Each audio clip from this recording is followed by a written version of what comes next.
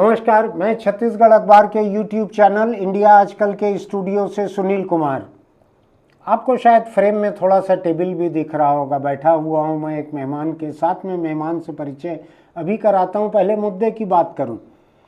हिंदुस्तान में new education policy पूरे देश में लागू हो रही है।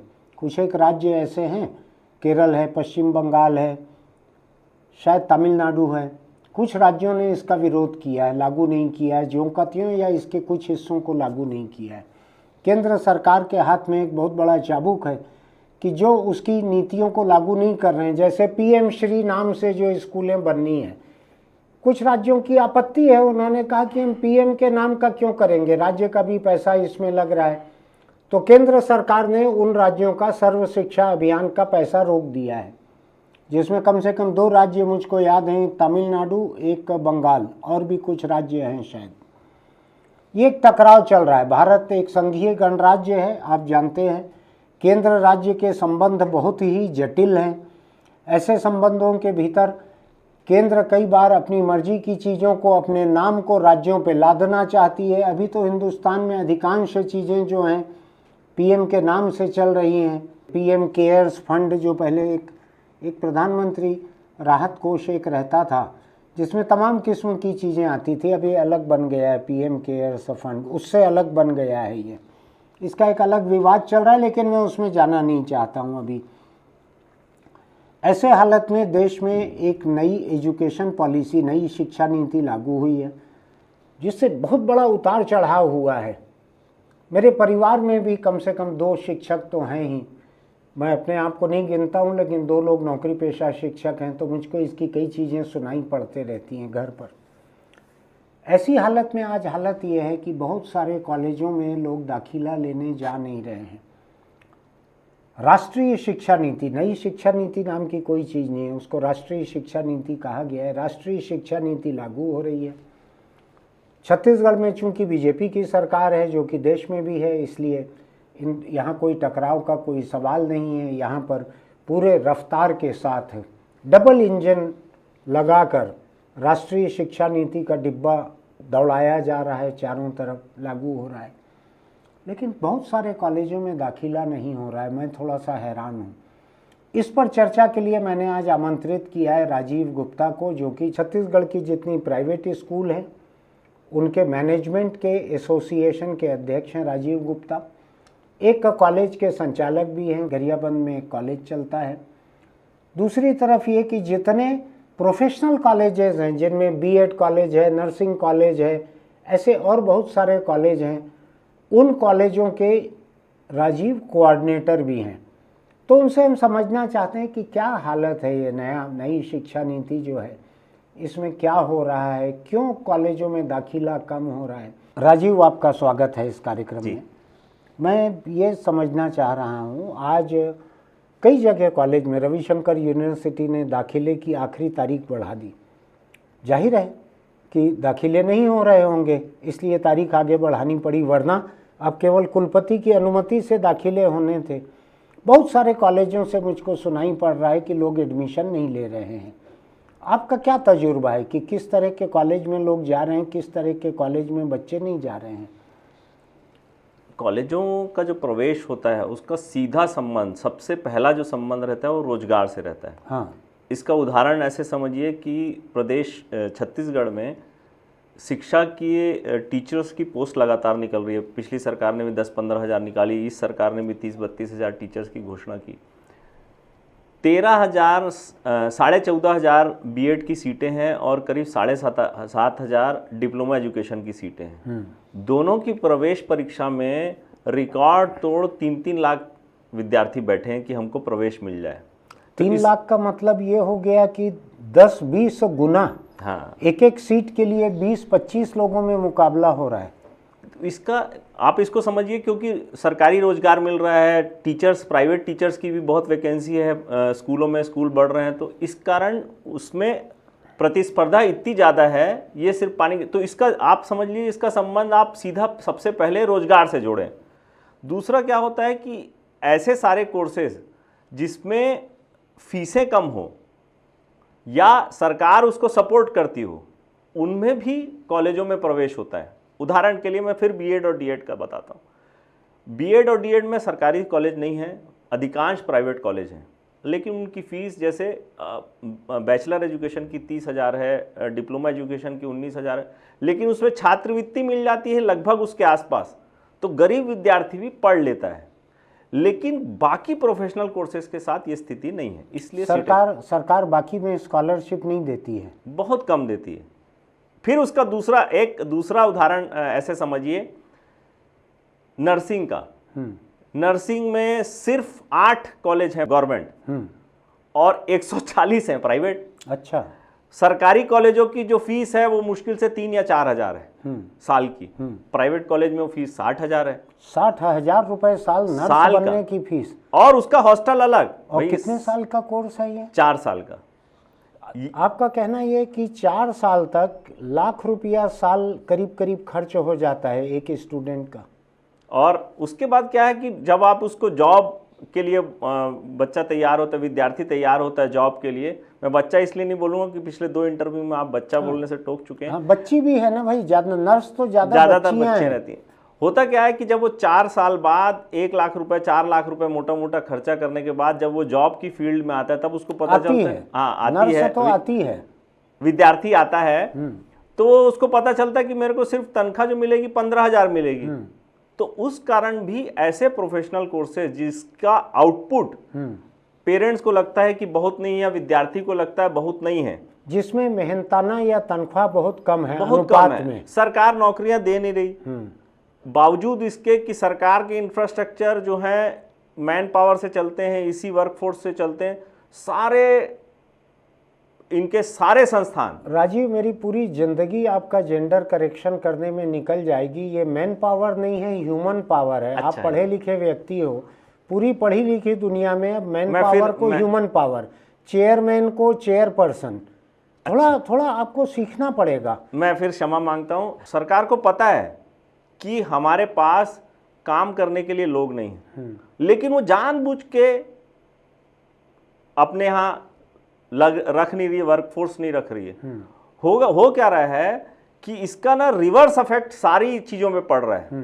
आपकी काम की क्वालिटी, सरकार की काम की क्वालिटी आप देख लीजिए, सरकार की काम की क्वालिटी नहीं है, क्योंकि आप मान लीजिए एक किसी पद पे आपका कोई सरकारी अधिकारी है, उसके ऊपर 4 आदमियों का बोझ है, तो काम कैसे करेगा? आपकी क्वालिटी नहीं सुधर रही, उसमें नीतियां जो आप इंप्लीमेंट कर रहे हैं वो जमीन तक नहीं जा पा रही हैं।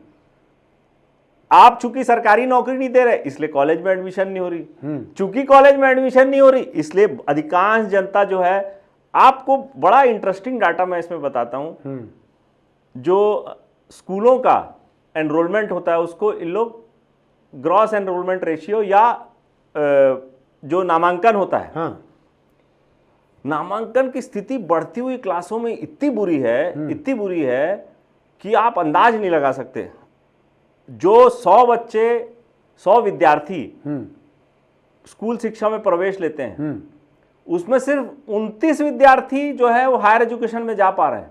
लेकिन बहुत बुरा नहीं लग रहा है मुझको, तो करीब 30% है। बहुत बुरा है। अनुपात में कहें तो 1/3 बच्चे जो हैं, बहुत बुरा है। आपको इसलिए अच्छा लग रहा है क्योंकि आप मतलब सामान्य लोग इस जमीन की सच्चाई नहीं जान रहे हैं।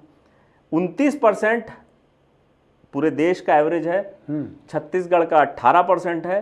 मतलब स्कूल में जो बच्चे पढ़ रहे हैं वो सिर्फ 18 है। और मैं सारे आंकड़े पहले मेरे को पूरा कर, फिर अगला सवाल आपसे लूंगा। तमिलनाडु में 52% है। क्या बोल रहे हो आप? केरल में लगभग इसके आसपास है। साउथ के जो राज्य हैं उनमें ग्रॉस एनरोलमेंट रेशियो बहुत अच्छा है कॉलेजों में, यानी रिटेंशन बहुत है वहां। जो बच्चे स्कूल में गए उसमें से आधे से ज्यादा बच्चे कॉलेज पहुंच रहे हैं। आप अपने आप को जुमला दे के चाहे कुछ बोल लीजिए, भारत ये है, भारत विश्व गुरु है, ये या एक यहाँ तो दूसरा लागू है ना, सबले बढ़िया छत्तीसगढ़िया। आपको जो तरक्की पसंद देश हैं या जो जिन्होंने तरक्की कर ली है, जर्मनी में ये 85% है, अमेरिका में उससे ऊपर है। आप कैसे करेंगे जब आपके पास जो शिक्षित आबादी नहीं होगी? तरक्की, आप जो नॉर्थ साउथ का डिवाइड देख रहे हैं इस देश में, उसका बड़ा कारण शिक्षित आबादी है। बच्चा विद्यार्थी शिक्षित होगा, वो पढ़ेगा, कुछ कमाएगा, वो सारों को एनरिच करता है, सारे लोगों को पोषित करता है वो जो भी विद्यार्थी पढ़ता है। अब इस बात को ये कोई इसका बड़ा ये जो अपन जिस चीज पे चर्चा कर रहे हैं, ये एक आंकड़ा मैं फिर से सुनना चाहता हूँ। पूरे देश में 29% बच्चे जो स्कूल में जो जा रहे हैं उसके 29% कॉलेज पहुँच रहे हैं। ये राष्ट्रीय औसत है। राष्ट्रीय औसत है। और इसमें एक और तमिलनाडु और केरल जो हैं ये 50-52% है, उससे ऊपर है। जो स्कूल में बच्चे गए उसमें आधे से ज्यादा बच्चे कॉलेज पहुंच जाते हैं तमिलनाडु और केरल जैसे राज्य में। इसमें पिछले 3 छत्तीसगढ़ में कितना बताया आपने? 18%। छत्तीसगढ़ में जो स्कूल में जा रहे हैं, सरकारी आंकड़े में अपने से नहीं बता रहा हूँ, ये केवल 18% कॉलेज में पहुंच रहे हैं। हाँ, बहुत खराब है। यानी कितना 82% बच्चे ड्रॉप आउट हो रहे हैं, हायर एजुकेशन नहीं ले पा रहे। 82% बच्चे स्कूल में दाखिल तो हुए लेकिन उनमें 82% कॉलेज का चेहरा नहीं देख रहे हैं। इसमें बड़ा पिछले 3 साल का एक आंकड़ा बड़ा और इंटरेस्टिंग आंकड़ा है। हायर एजुकेशन के एनरोलमेंट में, अंडर ग्रेजुएट कोर्सेज में लड़कियों की परसेंटेज बढ़ गया है। जो एवरेज है 28%, उसमें 29% लड़कियां हैं, 27% लड़के हैं। अच्छा, तो थोड़ा मामूली सा है नहीं, लेकिन इसको आप पूरे करोड़ों की फिगर में देखिए तो संख्या और ये बढ़ेगी। हाँ, ये क्या होगा धीरे धीरे। छत्तीसगढ़ में भी लड़कियां आगे हैं? नहीं, क्या पीछे लड़कियां पीछे हैं छत्तीसगढ़ में। ये लेकिन ये एक और दुखदाई बात है। हाँ, कि एक तो कुल मिला के संख्या कम है छत्तीसगढ़ में, फीसदी कम है, उसमें भी लड़कियों का अनुपात जो है राष्ट्रीय अनुपात से नीचे है। राष्ट्रीय अनुपात से नीचे ये, लेकिन आंकड़ा धीरे धीरे जो यहाँ की बहुतायत आबादी है, SC ST, उसका आंकड़ा धीरे धीरे बढ़ रहा है, लेकिन इतना अपेक्षाकृत नहीं बढ़ रहा है कि जिससे सरकार छाती ठोक सके। ये बहुत बढ़ नहीं रहा है, इतना नहीं बढ़ रहा कि इसको मार्क किया जाए। बढ़ जरूर रहा है लेकिन इतना नहीं बढ़ रहा है। अभी तो हालत मुझको छाती पीटने जैसी लग रही है, छाती ठोकने जैसी नहीं लग रही है। ये तो अगर 82% बच्चे कॉलेज की शक्ल नहीं देख रहे हैं जो स्कूल में जाते हैं उनमें से, ये खराब नौबत है। ये बहुत खराब। अब मैं दूसरी बात समझना चाह रहा हूँ आपसे। न्यू एजुकेशन पॉलिसी जो राष्ट्रीय शिक्षा नीति है, इसमें ये भी सुनाई पड़ रहा है कुछ परसेंटेज अगर बढ़ गया है पास होने का, किसी का 33 से 40 हो गया है, पता नहीं उसका क्या असर होगा। मैं ये समझना चाह रहा हूँ, क्या नई शिक्षा नीति बच्चों को जो जिस काबिल है वहीं पे रोक देना चाह रही है? उनको स्कूल में रुकने लायक है वहीं रुक जाए, कॉलेज ना पहुँचे, कॉलेज वहीं पहुँचे जो एकेडमिक्स में अच्छे हैं? क्या ऐसी कोई चीज़ है शिक्षा नीति में? शिक्षा नीति में इस बार CBSE ने भी, जो स्कूली शिक्षा से संबंधित बोर्ड है, वो लोग भी स्किल को ज़्यादा, स्किल की तरफ ध्यान दें। जैसे 11वीं 12वीं में वो स्किल की तरफ बोल रहे हैं कि आप स्किल जो आपको अच्छा लगता है, जो आप जीवन में करना चाहते हैं, उसको आप उस स्किल को उसमें ट्रेंड होइए। हाँ, लेकिन मतलब सरकारी आप उस कागज पढ़ेंगे ना तो आपको ऐसा लगेगा कि इससे अच्छा कुछ नहीं। हाँ, बहुत अच्छा, मतलब ये अगर अमल में ला दिए तो देश में नहीं पता कायाकल्प हो जाएगा। लेकिन स्थिति जमीन पे बहुत अलग रहती है। जैसे मैं बताता हूं, आप किसी भी साधारण परिवार से पूछ लीजिए और ये स्थिति है कि हर परिवार जो है अपने घर के बच्चे बच्चियों को प्राइवेट स्कूल में पढ़ाना चाहते हैं। हाँ, इसलिए पढ़ाना चाहते हैं, उसके कई सारे कारण हैं। टीचिंग अच्छी है, सरकारी स्कूलों में खेलकूद की सहूलियत है, बहुत सारी कारण हैं। लेकिन पूरे देश की जो स्थिति है उसमें प्राइवेट स्कूलों की शिक्षा जो है, अनुपात है, विद्यार्थियों का जो एनरोलमेंट है वो सिर्फ 30% है, 70% सरकारी स्कूलों में, जहां पर परिवार चाहता है कि मुझे प्राइवेट स्कूल में पढ़ना पड़े। एक आंकड़ा ये, आप किसी से परिवार से पूछ लीजिए कि वो हायर एजुकेशन कहाँ कराना चाहता है, वो बोलेगा मेरे को सरकारी में कराना है। अच्छा, क्यों? सरकारी में कराने के बहुत कारण है। जैसे प्राइवेट की फीस बहुत ज़्यादा है, क्वालिटी उतनी अच्छी नहीं है। यानी हायर एजुकेशन में सरकारी ढांचा जो है ज़्यादा अच्छा है। सरकारी ढांचा बहुत अच्छा है, लेकिन उसमें तकलीफ ये है कि 70% में प्राइवेट बैठा और 30% में सरकारी बैठा है। यानी सीटें प्राइवेट में ज़्यादा है। प्राइवेट में ज़्यादा है, प्राइवेट कॉलेज। छत्तीसगढ़ आंकड़ा कुछ कॉलेजों का मैं बताता हूँ।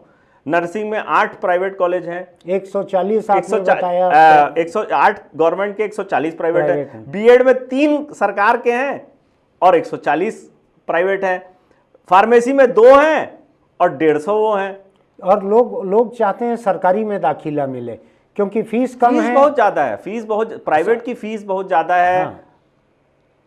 बार बार चेताने के बाद भी वो प्राइवेट स्कूल वो क्वालिटी नहीं दे ये पा बड़ी रहे। दिलचस्प बात आप बता रहे हो कि स्कूल एजुकेशन में 70% सीटें सरकारी स्कूलों में हैं देश में, 30% प्राइवेट में हैं।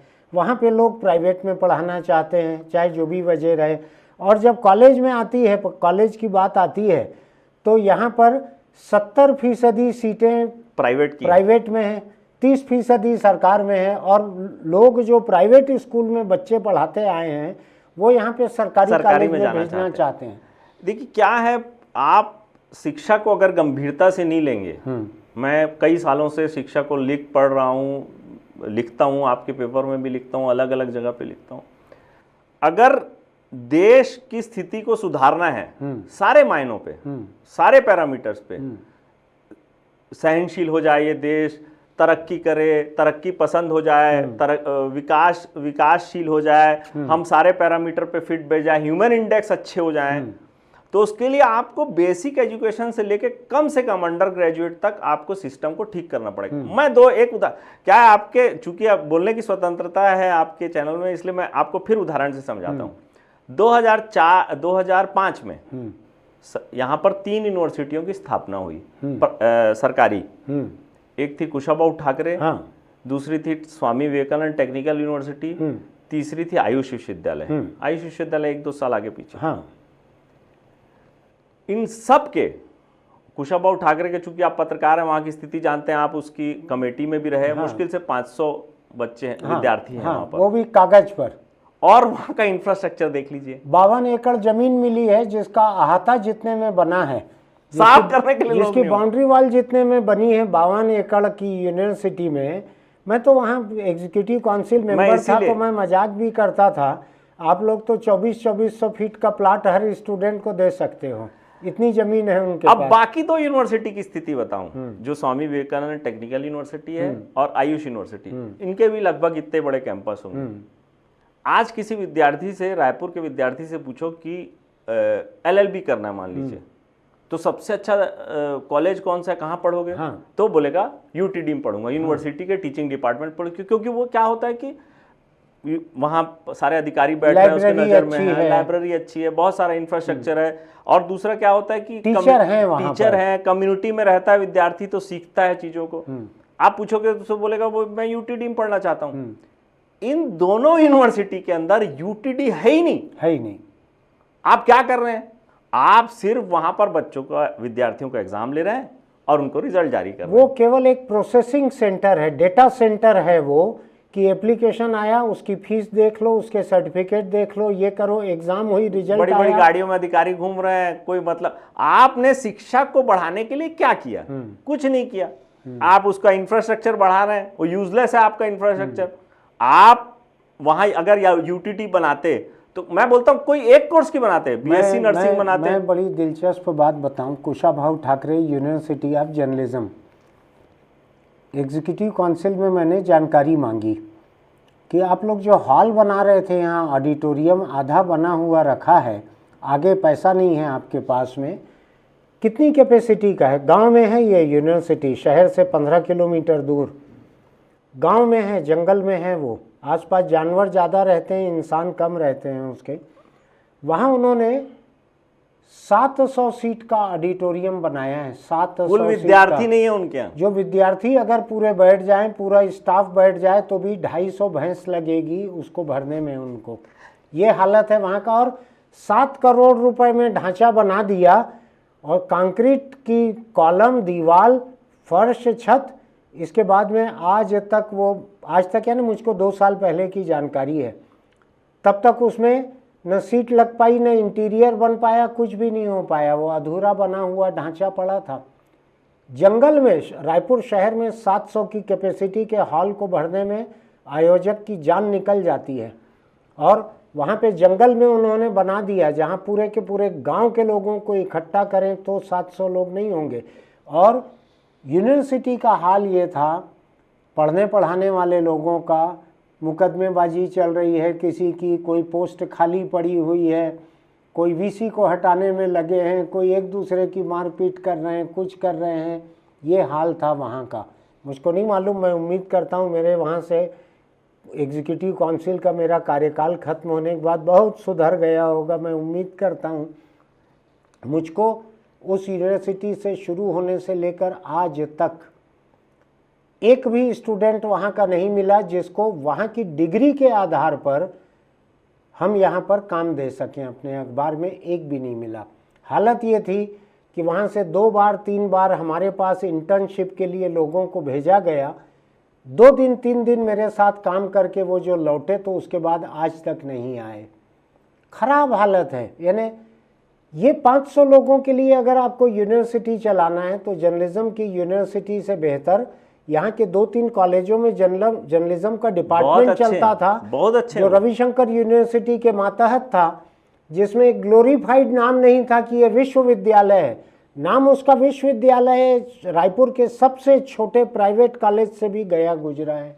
आप चूंकि पत्रकारिता का है इसलिए आप उसका बेहतर उदाहरण दे पाएंगे। लेकिन क्या है, इस पूरे सिस्टम में, पूरे सरकारी सिस्टम में जो लोग हैं, इंक्लूडिंग मी, और मैं अगर इजाज़त दे तो मैं आपको भी शामिल करना चाहूँगा, हम लोगों का जो मॉरल है, हम लोग का जो समझ लिए देश को लेके जो नारेबाजी होती पूरे देश में, उसको उससे अलग अगर सिस्टम को सुधारना है। इसका एक उदाहरण फिर मैं आपको दूंगा। आप केरल की हम लोग बात करते हैं, केरल ह्यूमन इंडेक्स में सबसे अच्छा है सारी चीज़ों में, कुपोषण में लीजिए, वहाँ कुपोषण में अभी मैं कुछ समय पहले कुपोषण को लेके मैं पढ़ रहा था, वहाँ पर मैं उदाहरण दूसरी चीज़ का दे रहा था, लेकिन चूंकि ये जिक्र आगे मैं बताऊँ, वहाँ पर यहाँ पर जो आप मिड डे मील देते हैं उसमें दाल में भी पानी रहता है, पानी दाल नहीं रहती, पानी रहता है। वहाँ पर मिड डे मील में घी राइस और चिकन खिला रहे हैं जो खाना चाहता है। अभी यहाँ आप अंडा लगा दीजिए, विद्रोह हो जाएगा, झंडा डंडा निकल जाएगा, अंडा जो है उसको डंडा निकाल लेंगे उसके। मैं उदाहरण दूसरा दे रहा था। देखिए क्या होता है, मॉरल अगर सारे लोग ठीक करें, केरल का जो सारे उदाहरण है ह्यूमन इंडेक्स के, केरल में किसी सरकारी स्कूल का टीचर अगर रिटायर होता है तो वहां ये आम ट्रेंड है, उसको मान लीजिए कितना भी लाख में, उदाहरण के लिए समझ लीजिए उसको रिटायरमेंट पे सरकारी नौकरी पे 1 लाख मिला, तो वो आधा पैसा जिस स्कूल से रिटायर होता है उस स्कूल में लगाता है। स्कूल में लगाते हैं। बताइए कितना अच्छा उदाहरण है। हम क्या कर रहे हैं, आप जो सरकारी विश्वविद्यालय, कामधेनु विश्वविद्यालय खोल दिए, ये विश्वविद्यालय खोल दिए, वो विश्वविद्यालय खोल दिए, उन विश्वविद्यालयों की स्थिति देखिए। उन विश्वविद्यालय जो है पुराने गुरुजी लोग का व्यवस्थापन कर रहे हैं आप। हाँ। कुछ काम नहीं कर रहे आप वहां ना यूटीडी खोलते हैं जिससे गरीब बच्चा वहां पढ़ सके, ना आप वहां कोई, आप बताइए यूनिवर्सिटी जो है, यूनिवर्सिटी आप उसका मीनिंग पढ़ेंगे, आप उसको यूनिवर्सिटी क्यों, वो प्राइमरीली होती है, प्राथमिक रूप से होती है रिसर्च करने के लिए। आप मेरे को गिन के बता दीजिए छत्तीसगढ़ के कितने रिसर्च कहीं मार्क हुए कि ये बहुत अच्छा रिसर्च है। 1-2 हमारे गुरुजी हैं पति सर, उनके समय 1-2 रिसर्च हैं जो नेशनल उस पे आए थे कि ये रिसर्च हुए। आप बता दीजिए, इतनी बड़ी बड़ी यूनिवर्सिटी हैं, घासीदास है, रविशंकर है, अभी दुर्ग खोल दिए इन्होंने, बिलासपुर खोल दिए। मैं तो यूनिवर्सिटी, मैं आपको और एक इंटरेस्टिंग जानकारी दूं, ये रायपुर और भिलई के 40 किलोमीटर की पेरीफेरी में, रायपुर भिलई दुर्ग के 25 यूनिवर्सिटी है। अंदाज लगाइए। मुझको राजीव जो समझ में आता है इस नाम से, विश्वविद्यालय शब्द जो है विश्व से निकला हुआ है, पूरे विश्व का विद्यालय, विश्व स्तर का कुछ न कुछ होना चाहिए, दुनिया से जुड़ा होना चाहिए, विश्व स्तर की पढ़ाई होनी चाहिए, कुछ होना चाहिए। यूनिवर्सिटी, मैं केवल शब्द पे जा रहा हूँ, मुझको अर्थ नहीं मालूम है, मुझको लगता है यूनिवर्स से निकला है ये यूनिवर्सिटी शब्द, कि यूनिवर्स स्तर का होना चाहिए। इसको विश्वविद्यालय, विश्व के भी और ऊपर ले गए, यूनिवर्स ले गए इसको। हालत ये है यहाँ पे कि ये मोहल्ला स्तर के होके रह गए हैं बहुत सारे। जो आप बतला रहे हैं कि ये वृद्धावस्था पुनर्वास केंद्र की तरह अपने अपने पसंद के लोगों को मुझको जो पता लगता है, ये टेक्निकल यूनिवर्सिटी का आपने कहा, पिछले मुख्यमंत्री भूपेश बघेल के समय जिस तरह के व्यक्ति को वहाँ वाइस चांसलर बनाया गया, उसको दोबारा बनाया गया राजभवन की मेहरबानी से। अनुसुईया उइके राज्यपाल थी उस समय, बड़ी रहस्यमय और संदिग्ध वजहों से उनको दोबारा बनाया गया।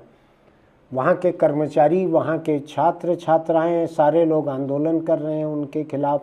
मेरे पास इतना मोटा पुलिंदा पड़ा है वाइस चांसलर के खिलाफ। ढेर सारे वाइस चांसलर अपने घर से ठेकेदारी के चेक दे रहे हैं, ब्रीफकेस में घर लेके जाते हैं, वहाँ परसेंटेज लेते हैं। एक वाइस चांसलर थे, मैं एक ठेकेदार के साथ गया, वहाँ पे मेरे दोस्त थे, तो उन्होंने कहा गाड़ी में बैठे रहना, आप मत निकलना। वो गए देने के लिए तो बरामदे में बैठे हुए थे, मैं गाड़ी में बैठे देख रहा था। तो उन्होंने अपना ब्रीफकेस निकाला, उसमें से चेक निकाला, इन्होंने नगद निकाला, उन्होंने कैलकुलेट किया परसेंटेज कैलकुलेटर पे, और कैलकुलेट करके पूरे नोट गिने और उसके बाद चेक दिया। तो ये वाइस चांसलर लोगों का, कुलपतियों का हाल है। इस सब के बीच जो सबसे ज़्यादा तकलीफ देह है वो ये है कि जो गरीब बच्चे हैं, गरीब विद्यार्थी हैं, उनका क्या हो रहा है। जो एनरोलमेंट ड्रॉप का बड़ा कारण है, जो बच्चे शिक्षा हायर एजुकेशन में नहीं जा पा रहे या वो पढ़ नहीं पा रहे, उसका बड़ा कारण ये है। आपने शुरुआत नहीं है न्यू एजुकेशन पॉलिसी से की। मैं न्यू एजुकेशन पॉलिसी को बहुत थॉरोली पढ़ा, क्या इसमें प्रावधान है, क्या इसमें क्या होगा। कुछ स्टेप तो बहुत अच्छे हैं, स्कूल एजुकेशन में भी, हायर एजुकेशन में भी कुछ स्टेप अच्छे हैं, कुछ अच्छे इंटेंशन से लाए गए हैं। लेकिन जो पूरी नई एजुकेशन पॉलिसी, आप स्कूल एजुकेशन को पकड़ लीजिए या हायर एजुकेशन को पकड़ लीजिए, वो निजी क्षेत्र की तरफ झुकी हुई है। कारण मैं बताता हूँ।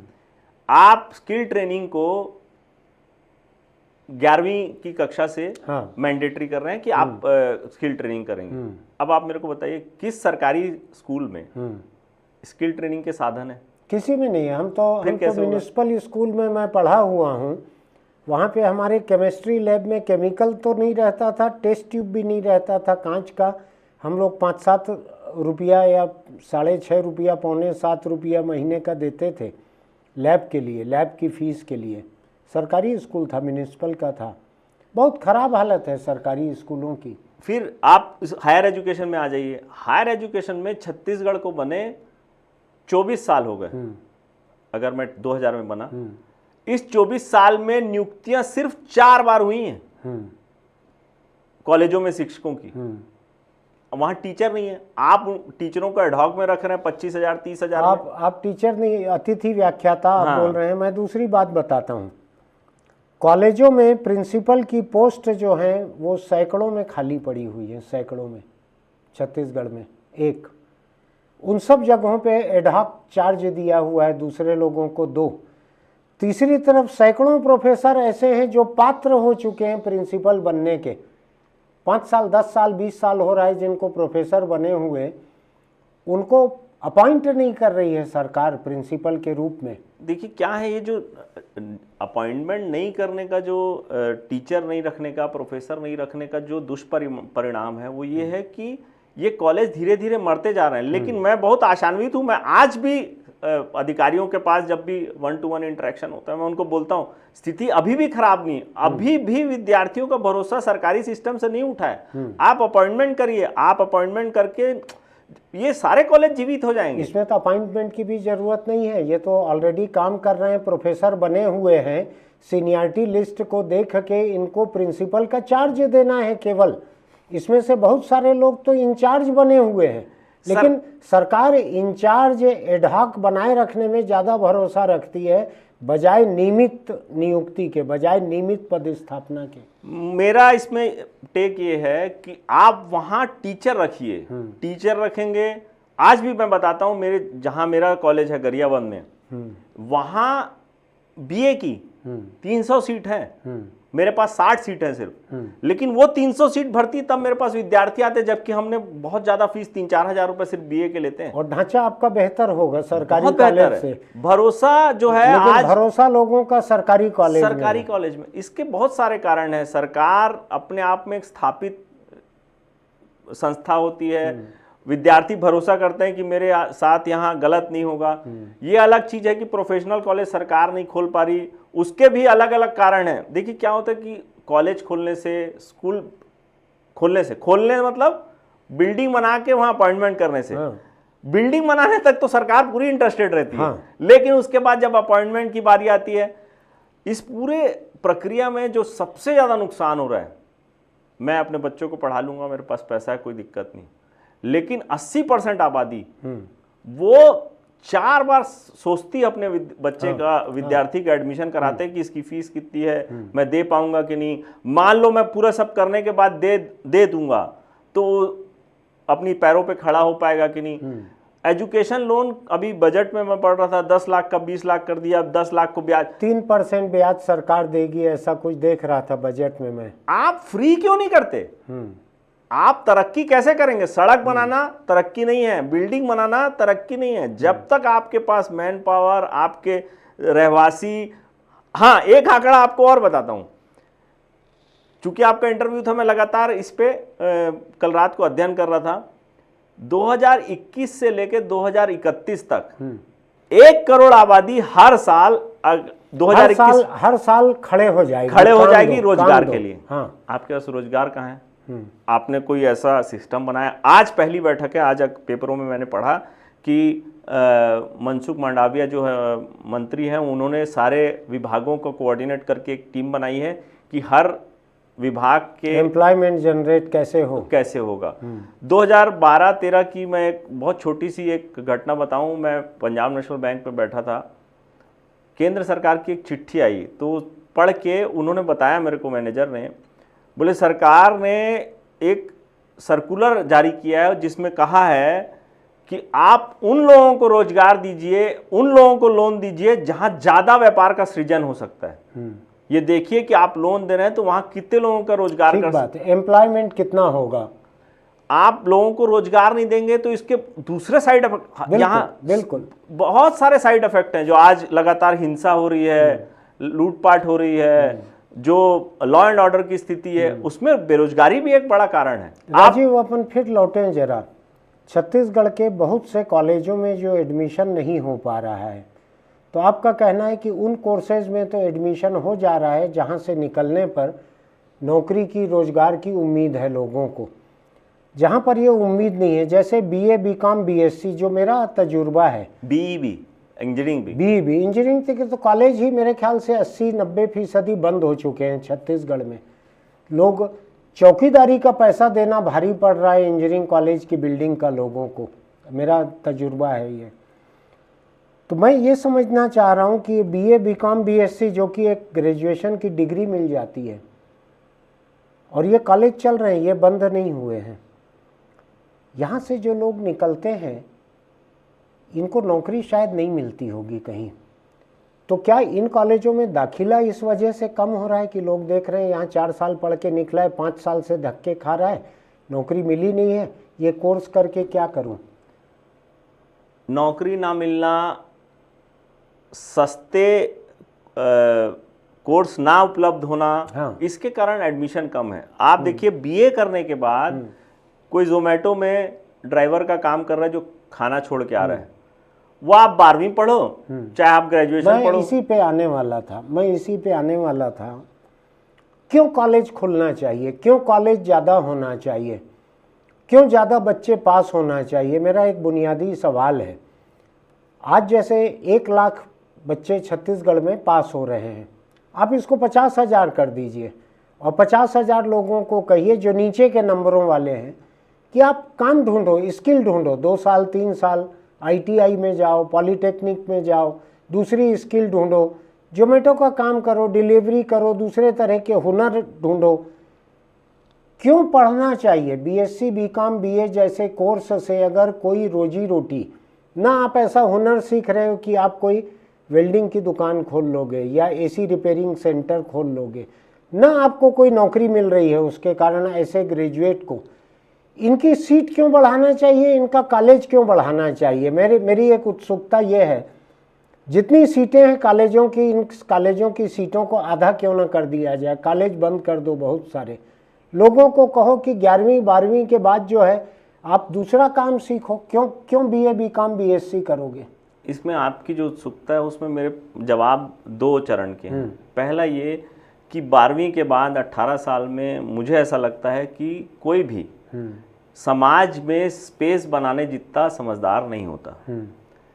स्कूलों में भी, आप पिछली चर्चा में हमने डमी स्कूल की बात की थी कि बंद कमरे में, क्या समाज में घुलने मिलने के लिए, किसी भी के लिए भी सफलता का एक बड़ा कारण उसको समाज को समझ पाना है। मुझे ऐसा लगता है कि 12वीं तक वो समझ विद्यार्थियों में कम रहती है, उतनी मैच्योर नहीं होती। 12वीं के बाद तो अग्निवीर जैसे अपॉइंटमेंट हो रहे हैं लोगों के। ये पूरी जो सरकार की, पूरी केंद्र सरकार की, सारी सरकारों की जो कवायद है, सिर्फ पैसा बचाने की कवायद है। पैसा बचाने के चक्कर में इन्होंने देश का सत्यानाश कर दिया, सिर्फ इसलिए कि हमको सरकारी नौकरी ना देनी पड़े। शिक्षा कर्मी कर दिया, जो टीचर रेगुलर बनाने के बजाय शिक्षा कर्मी कर दिया। अब तो यहाँ स्थिति ठीक हो गई। हाँ। अब तहसीलदार जितनी पहली तनख्वाह जो है टीचरों की, वो तहसीलदार जितनी। लेकिन मुझे ऐसा लगता है कि वो समाज में आपका सफलता सिर्फ पढ़ाई नहीं है। आपकी सफलता, आप जीवन में सफल होना चाहते हैं तो उसके बहुत सारे कारण होंगे कि आप समाज में घुल मिल पा रहे हैं, कि आप स्थितियों को समझ पा रहे हैं। कि 12वीं तक वो पढ़ा हुआ विद्यार्थी समझ नहीं पाता कि किस ओर जाए और कहाँ उसको सफलता मिलेगी। पहला कारण। अगर आपको जो आप कह रहे हैं कि जो स्किल होना चाहिए, किसी भी चीज में ट्रेंड होना चाहिए, किसी भी हुनर आपको आना चाहिए, तो मेरा इसमें कहना है कि अगर आप हुनर ही किसी विद्यार्थी में डेवलप करते हो तो आप उसको ग्रेजुएशन के साथ डेवलप करिए। ग्रेजुएशन करने के साथ साथ आप उस हुनर में उसको तालीम, उस हुनर की तालीम दीजिए। मैं उसी पे आ रहा हूँ राजीव, कि 11वीं 12वीं जो है, इतनी तक की स्कूल की पढ़ाई, किताब की पढ़ाई बहुत होती है। इसके बाद वो हुनर सीखे, चाहे पॉलिटेक्निक में सीखे, चाहे आईटीआई में सीखे, चाहे कहीं और सीखे। हुनर को ना पढ़ाई के साथ मेल कराना पड़ेगा। क्या है, अभी आप बोल रहे हो कि 11वीं 12वीं में सीबीएसई कोर्स वगैरह में कहा गया है कि बच्चों को उनके पसंद के स्किल जो है साथ साथ में सिखाएं, साथ साथ में पढ़ाएं। लेकिन होगा क्या कि 11वीं 12वीं में ना सरकार सिखा पाएगी, ना इनके पास इंफ्रास्ट्रक्चर। ये लॉलीपॉप योजना है, समझ लीजिए कि हमने सीबीएसई ने कर दिया, लेकिन सीबीएसई स्कूल कितने हैं, स्टेट बोर्ड तो नहीं कर पाएगी। स्टेट बोर्ड के स्कूलों में इंफ्रास्ट्रक्चर नहीं है। आप ग्रेजुएशन करना, आप समझिए ग्रेजुएशन में बहुत सारे कोर्स तो हुनर वाले ही हैं। जैसे नर्सिंग हुनर का कोर्स है, फार्मेसी हुनर का कोर्स है। ये जरूर है, इस देश में आईटीआई को हमेशा अंडररेटेड रखा गया है। आईटीआई, छत्तीसगढ़ में आईटीआई जो है उनका न ढांचा है, न उनमें इक्विपमेंट है, खरीदारी फर्जी होते रही उनमें तरह तरह की, आप भी जानते हो अच्छे से। यही वजह है कि यहाँ से आईटीआई के जो ट्रेड्समैन कहते हैं, क्या कहते हैं, ऐसा कुछ रहता था, क्राफ्ट्समैन कहते थे, तो वो निकलते हैं तो उनके कोई ज़्यादा उनकी कदर नहीं रहती, क्योंकि उनको मालूम है फर्जी किस्म की संस्था है ये। लेकिन दक्षिण भारत का मुझको ऐसा अंदाज है कि वहाँ आईटीआई वगैरह जो हैं, उनसे निकले हुए लोगों की सच में कदर रहती है, कीमत रहती है। एक समय छत्तीसगढ़ में था जब भिलाई स्टील प्लांट एम्प्लॉयमेंट देता था। उस समय भिलाई और उसके आसपास सन 98-2000 के आसपास वहाँ बहुत सारे आईटीआई थे जो वहाँ भिलाई स्टील प्लांट के एम्प्लॉयर्स के लिए उनको ट्रेनिंग देते थे, होता था। उसका सीन भी धीरे धीरे इन्होंने क्या किया कि सरकारी नौकरी है नहीं, प्राइवेट में तो आप कुछ भी सीख लें, कोई भी डिग्री ले, वो आपसे काम करा के देखेगा। ये प्राइवेट यूनिवर्सिटी और सरकारी यूनिवर्सिटी में यही अब विद्यार्थियों को लगने लग गया है कि प्राइवेट यूनिवर्सिटी पढ़ के जाओ तो जब इंटरव्यू देने जाओ तो अटक जाता है बच्चा, विद्यार्थी अटक जाता है। ऐसे ही क्या हुआ कि आपने जो सारे आईटीआई प्रदेश के थे उसमें आपने बहुत अच्छी स्किल दी नहीं उनको, चूंकि अच्छी स्किल नहीं दी तो प्राइवेट में भी उनके जॉब नहीं लगते। मुझे ऐसा लगता है कि सारी नई नई नीतियां बनाने से अच्छा जो आपका बेसिक इंफ्रास्ट्रक्चर है उसको सुधारा जाए, वहां अपॉइंटमेंट किए जाए, वहां पैसे दिए जाए, वहां उन पैसे दे के सरकार उनको सपोर्ट करे, बच्चों को फ्री में पढ़ाए। मैं स्कॉलरशिप की बात नहीं करता, आप सरकार की पहली नैतिक और जिम्मेदारी है कि वो विद्यार्थियों को फ्री में पढ़ाए। क्यों पढ़ाए कि आप अगर इन सारे विद्यार्थियों को ट्रेन नहीं करेंगे, आप वर्कफोर्स के लायक नहीं करेंगे उसको, तो आपका कहीं भी कोई भी आउटपुट नहीं आएगा, आउटपुट मैंने- बहुत कमजोर होगा। मैंने अभी एक संपादकीय लिखा राजीव इसी के ऊपर कि हिंदुस्तान के मुकाबले चीन के जो कामगार हैं उनका 5.35 गुना उनकी कमाई है, औसत कमाई, यानी 5.25 गुने से ज़्यादा उनकी औसत कमाई है। उसकी वजह यह है कि उन्होंने स्किल अपने लोगों का इम्प्रूव किया, पहली चीज़। दूसरी चीज़, उस स्किल के इस्तेमाल के लिए उन्होंने जॉब अपॉर्चुनिटी अवेलेबल कराई, कारखाने उन्होंने खोले, ज़रूरत नहीं थी तो भी बिल्डिंग उन्होंने बनाई, इंफ्रास्ट्रक्चर बनाया उन्होंने पूरे दुनिया में सबसे सस्ता मैन्युफैक्चरिंग हब बनाया। कोई सरकार जो है केवल हुनर सिखा के भी भला नहीं कर सकती, तब पीछे तक सपोर्ट देना पड़ेगा उसको। जब तक कि उस हुनर के इस्तेमाल की अपॉर्चुनिटी अवेलेबल ना कराए। सपोर्ट देना पड़ेगा, सरकार ही सपोर्ट है उसमें। आज तुम स्कूल से कॉलेज से पढ़ के निकल गए, तुम्हारे में एक हुनर था, परिवार का सपोर्ट था, तो तुमने एक कॉलेज खोल दिया। हर कोई ये नहीं कर सकते, हर कोई बीएड करके कॉलेज स्कूल नहीं खोल सकते।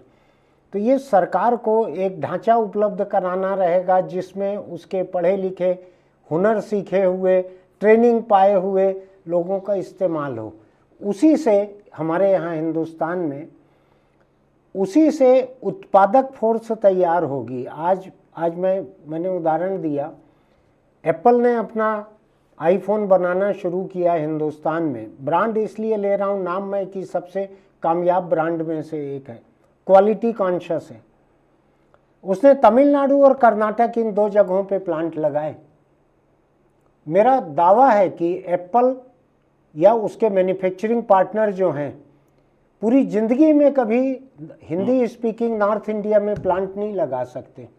यहाँ उनको हुनरमंद कारीगर नहीं मिलेंगे, कामगार नहीं मिलेंगे, वर्कफोर्स नहीं मिलेगी।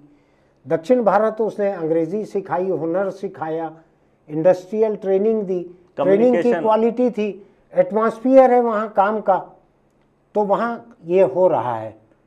वहाँ ये नहीं, ये रंगदारी टैक्स नहीं है एक किस्म के कि कोई कारोबारी आ गया तो उसको निचोड़ ही डालो पूरा, ये नहीं है। तो जो हिंदुस्तान के भीतर वातावरण एक जैसा नहीं है।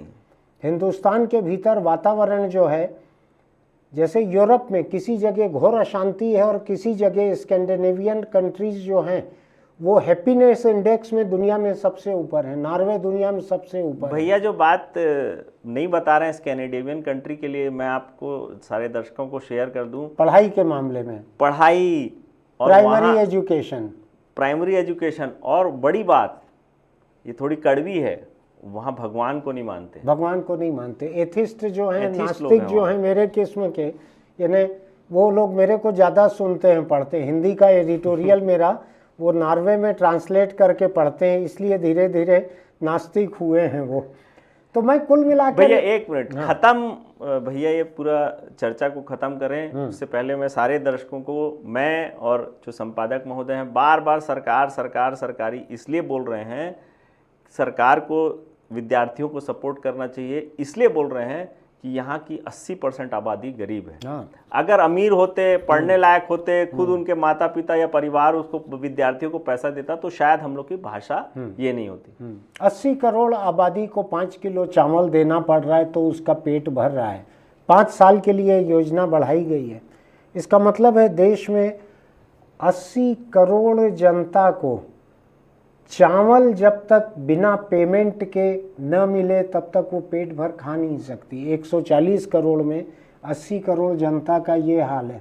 इसके बच्चे कहाँ से प्राइवेट पढ़ाई करेंगे? पढ़ाई करके रोज़गार नहीं मिलेगा तो माँ बाप की छाती पे मूंग दलेंगे। और मैं बतलाऊँ आपको, डिग्री पा लेने वाला घर में मूंग भी नहीं दल सकता या दल सकती, वो माँ बाप के छाती पे ही मूंग दलते हैं, क्योंकि वाइट कॉलर हो जाते हैं, डिग्रीधारी। न गाय भैंस का ख्याल रख सकते, न बकरी चराने ले जा सकते, न खाना पका सकते, न खेत में काम कर सकते, खलिहान में, सब्जी में, बाजार जाके सब्जी नहीं बेच सकते। बेरोजगारी के साथ साथ निठल्लापन, उसकी डिग्री भी मिल रही है एक साथ में। जो सामने बीए, बीकॉम, बीएससी जैसी डिग्री छपे रहती है, उसके पीछे एक और डिग्री रहती है कि ये सर्टिफाई किया जाता है कि आप आज से निठल्ले हो सकते हैं। बहुत ख़राब नौबत है। मैं खुद, मेरी पढ़ाई लिखाई से मेरे काम का कोई रिश्ता नहीं रहा। मैं बीएससी फर्स्ट ईयर फेल होके अखबार नवीसी में आया था। कोई रिश्ता नहीं रहा मेरे काम का मेरे पढ़ाई से। मेरे पास जितने अच्छे जर्नलिस्ट हैं यहाँ पर, उन्होंने कोई जर्नलिज्म का कोर्स नहीं किया हुआ है। अधिकतर लोगों ने, मेरे वीडियो एडिटर बैठे हैं, उनको बुरा लगेगा, उन्होंने पीजी किया है जर्नलिज्म में, उनसे मेरे को थोड़ी मदद मिलती है सब्जेक्ट छांटने में रोज़। लेकिन अधिकतर पढ़े लिखे लोगों का, आम पढ़ाई जो मैं गिन रहा हूँ, इसका कोई लेना देना नहीं है। मैं फिर लोगों से कह रहा हूँ, सरकार तो सुनेगी मेरी बात, इसकी मेरे को ज़रा भी उम्मीद नहीं है, लेकिन मैं लोगों से कह रहा हूँ, अगर आप अपने बच्चों को कोई हुनर नहीं सिखाएंगे तो आपका घर, मकान, दुकान, खेत जितना भी रहे, आप उनको एक निठल्ला बेरोजगार बनाएंगे अगर हुनर नहीं सिखाएंगे तो। आप चाहे उनको बीए, बीकॉम, बीएससी कराना हो करा लीजिए, उससे उनको एक धेला नहीं मिलेगा कहीं। केवल 3 साल कॉलेज में मौज मस्ती मिलेगी। आजकल बहुत से बच्चों को मोटरसाइकिल मिल जाती है। उनका एम्प्लॉयमेंट अपॉर्चुनिटी जो है उनकी शून्य रहेगी। बहुत सोचिए समझिए इस बारे में, लोगों से बात कीजिए।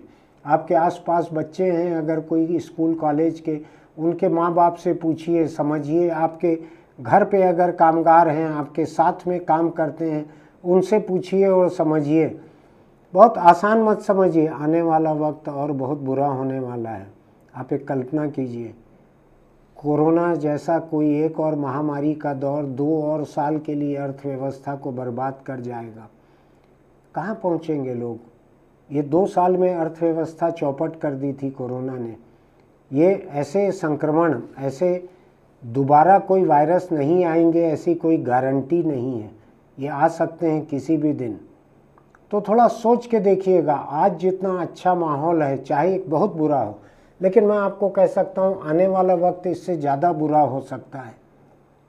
अपने हुनर को बढ़ाते चलिए। दूसरी बात, मैं बार बार लिखता हूँ, इस बात को आज कह देना चाहता हूँ आखिर में, अपने देश प्रदेश के, अपने लोगों के, अपने बच्चों के हुनर को अगर लगातार बढ़ाएंगे और एक नज़र रखेंगे कि दुनिया के अलग अलग देशों में किस हुनर के लोगों की कितनी ज़रूरत है, तो हो सकता है कि आपके बच्चे हिंदुस्तान में नहीं, वो जापान में जाके भी कंपाउंडर हो जाएं, वो कुक हो जाएं, वहाँ पर वो इंटरप्रेटर हो जाएं, दुभाषिया हो जाएं, वो सेल्स पर्सन हो जाएं। जापान में अभी कुछ महीने पहले ट्रक ड्राइवरों की कमी हो गई थी। हो सकता है कि वो वहाँ ट्रक ड्राइवरी करके हिंदुस्तान के कॉलेज प्रोफेसर से ज़्यादा कमा सकें।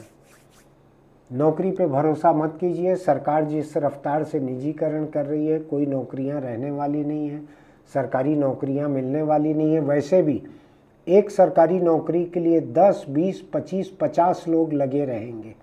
मैंने कहीं पे पढ़ा है, अभी चपरासी की नौकरी के लिए MBA, BE किए हुए, BTech किए हुए लोग कतार में लगे हुए थे।